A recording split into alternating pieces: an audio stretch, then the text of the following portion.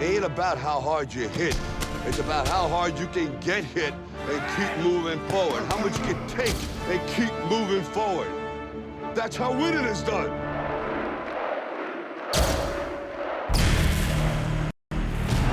You can go far beyond what people think you can do if you believe in it. He's always wanted to bookend the series on a good note. It just wasn't over. You know, you think it's over, then you go back, rehash it in your own mind like an athlete. You go, God, you know, maybe I just retired too soon. Maybe Rocky just retired too soon. It was inspired by the George Foreman fight, the last fight he had with Michael Moore, with a guy that age who can still compete, and not only compete, can win. And so it made a lot of people in their mid-ages feel that they can accomplish some things. The point is, as it said in Rocky, they just want to prove that the last thing to age is the heart. And this is just, you know, a symbolic gesture that when you're young at heart, you're basically in the game. No matter how old you are, you still have something to offer, which is really what Rocky Balboa is about. I don't care if you're 55 years old, nothing's impossible. We can't forget that this is Rocky, and when you see him on screen again, you remember how much you love this character and how you're so happy to have him back. Rocky's an inspirational story for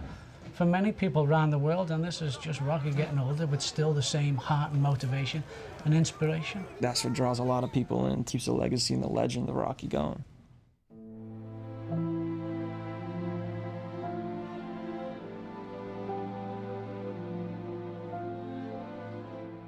The first script was actually wrote 2 years ago. January, New Year of '05, Sly met with Irwin Winkler and Bob Chartoff and Joe Roth, and the deal was cemented where we would go forward and we would begin filming in the spring, and that's what we did. In the beginning of this film, I thought, if his life is still intact, then you really don't have a launching pad, a starting off point. But if the most precious thing is taken away from you and your stability is askew, and you're alone, full of grief, full of rage, full of anger, you know, what do I do now with the last chapter of my life? There's your starting off point. Everybody who read the script said it was a very special story. It reminded him of the dramatic first one. It's really about him returning to his emotional roots. What? You haven't peaked yet? Peaked? Yeah, peaked. I don't know, there's still some stuff in the basement. What basement? In here. I think that people need a mountain to climb, literally going out and trying to find a mountain to climb, which is going to really change not his life, but the lives of the people around him. Is the character in an emotional place where he can take on that battle? And that's what was so interesting about the movie, because you said, yeah, Rocky needs to go on that journey. And if he needs to go on that journey, then you're rooting for him all the way. Rocky is a fighter. That is who he is, that is what he does. And that's what fills him up, and that's what makes him a whole person. Well, mostly what Sylvester wanted to do was to repeat the success of the first one in the way he casted. He cast real people. Of course, Burt is back. I don't know about anybody else, but ice is stupid. And people walking on ice are more stupid.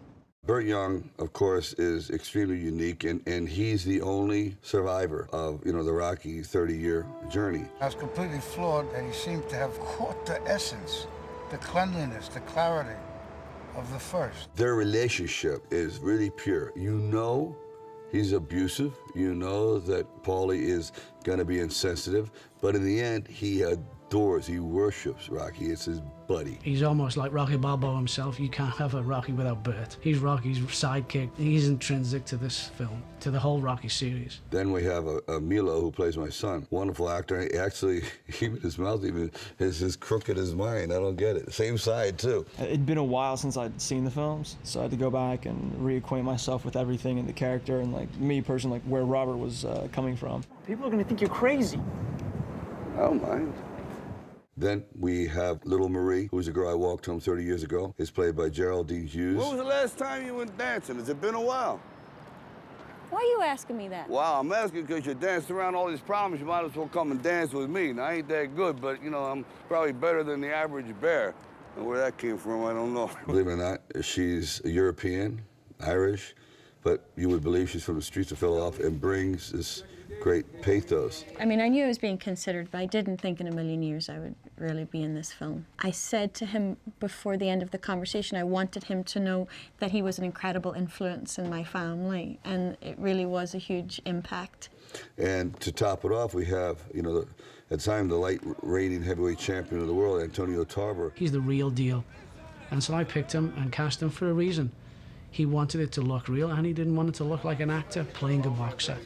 He wanted a boxer boxing. If you're gonna go one time around, why not end it with a real fighter? Someone who doesn't understand the magic of choreography. He can fight. We sat down and we talked about the script. What comes to mind is how much he believed in the script and how much he believed in the actors that he involved in this movie. Rocky's an allegory, a tale of a guy who always overcomes the odds. This last installment is the same formula, but in a contemporary setting, and these actors, they help contemporize the project. It's your right to listen to your gut. It ain't nobody's right to say no after you earn the right to be where you want to be and do what you want to do. I guess directing is just sort of knowing what you want, but trying to convey it to 300 people at the same time. So a lot's going to get lost in translation. This time saying autographs over here, I know personally. Keep going. All right, applause. Go on. Woo!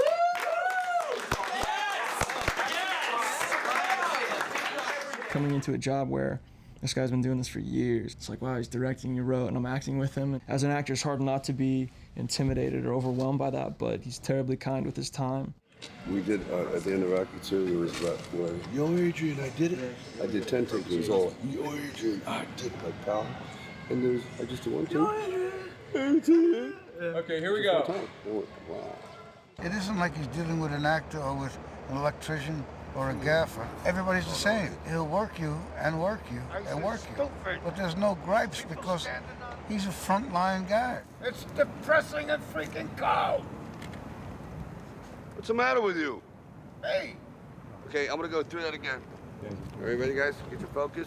He really will let you know what he wants and what he's looking for, and has the patience, which is so important, to allow you to get that and to understand it. Yo, Robert. What is this? What are you doing out so late? Well, I tried calling, but nothing was picking up. Something wrong? No, I just wanted to come by and see you in person. You want to come inside? It's interesting to watch an actor direct the other actors, because what the director needs out of them is very precise, because he's playing opposite in the scene. It's nice to have a director take you under his wing and say, look, this is what we're looking for. And you see this little thing that you did, go even further, do a little more. Hey, this is very cool. This is cool. Look at this.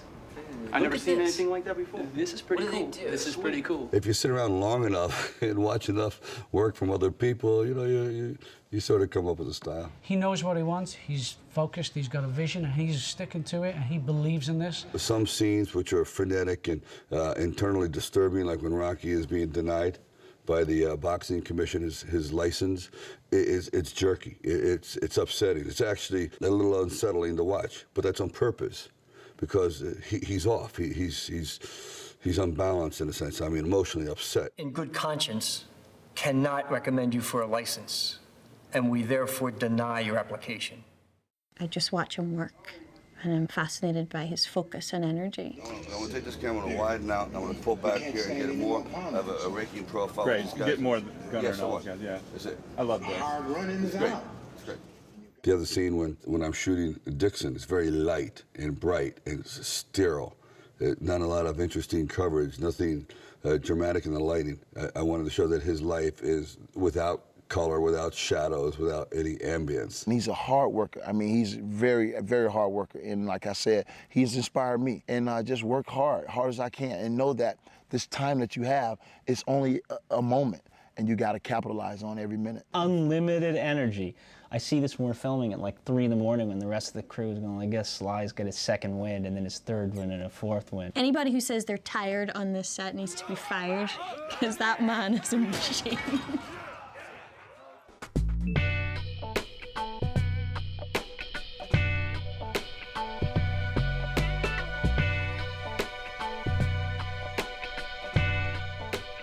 You can't do a Rocky without including Philadelphia. Rocky is as synonymous to Philly as the Steps, as the Art Museum, as the Bell. The feel of the city, the look of the people, the atmosphere, the smells, all these things translate onto the film.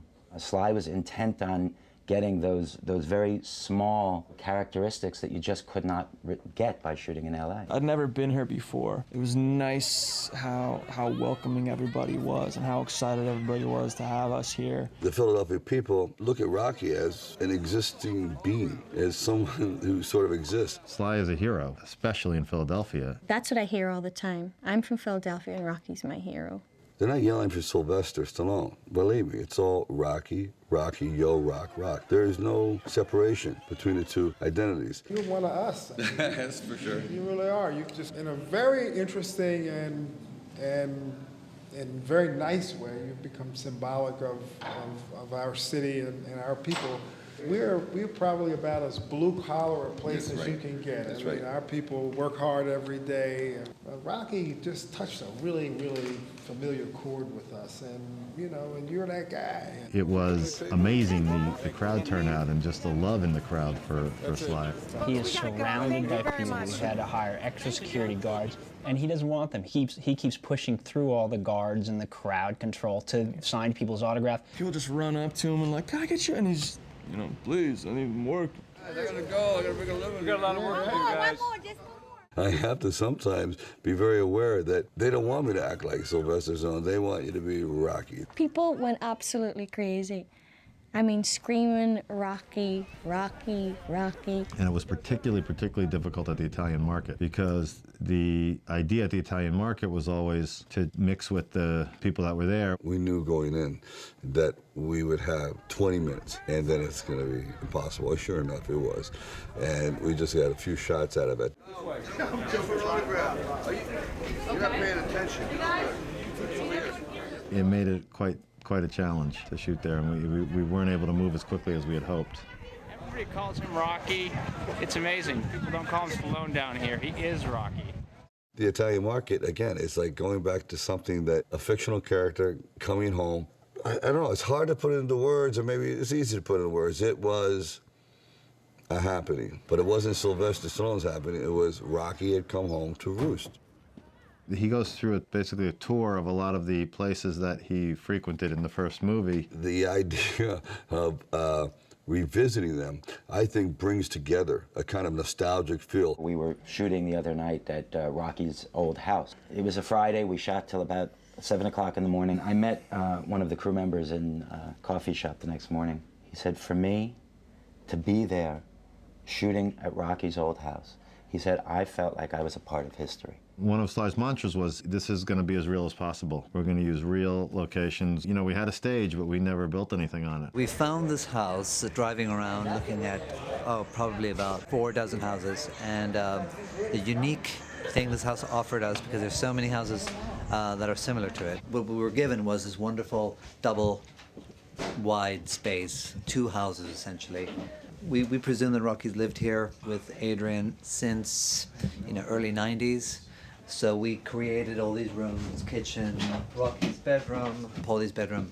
We did this in sort of a record 10 days to put all the pieces together. Philadelphia is the location. It is where the whole story took place. It's truly a character in the film. And that's funny.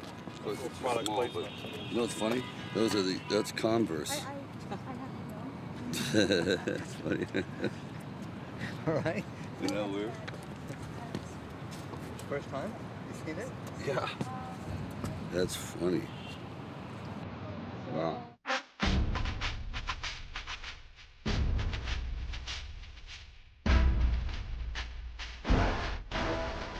Everybody's expecting to see the museum steps.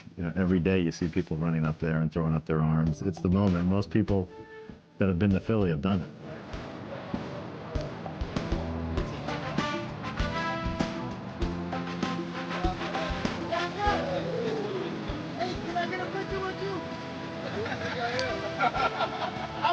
I was just playing like that. It's incredible. I was just pretending to be you. Hey, I like it.